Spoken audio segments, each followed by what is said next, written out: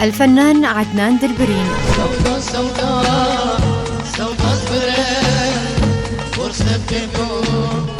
اسمه الحقيقي عدنان موسى، لكن بعد وفاة والدته لقب نفسه ومنذ تلك اللحظة بدلبرين صاحب القلب المجروح. ولد الفنان عدنان دلبرين عام 1956 في قرية دير سوان التابعة لناحية شرا بمنطقة عفرين في كردستان سوريا من عائلة فقيرة. قضى طفولته في القرية وتعلق بالفن والطرب والغناء منذ صغره. بسبب عدم وجود فرص للعمل في القرية اضطر للذهاب إلى حلب عام 1980، ومن هنا بدأت مسيرته الفنية، لا سيما بعد أن حول منزله إلى مكان للتدريب قبل البدء بالتسجيل الرسمي في الاستديوهات.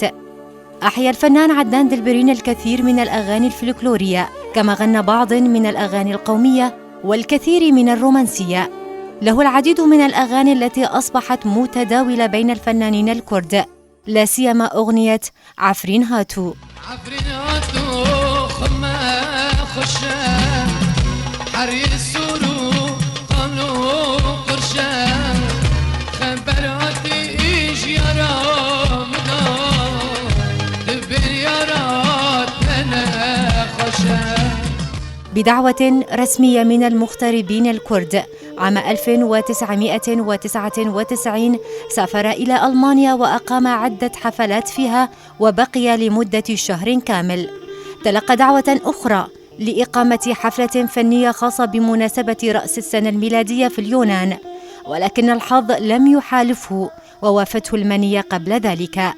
تعرض الراحل عدنان دلبرين إلى حادث سير على طريق حلب أثناء مغادرته حفلة أقامها في كفر جنة بعفرين برفقة ابنه شيرو وشقيقه بتاريخ 4 من تشرين الثاني عام 1999، وأدى الحادث إلى وفاته. شارك في جنازته عشرات الآلاف من محبيه، ووري جثمانه الثرى في قريته دير سوان بناحية شرا بعفرين.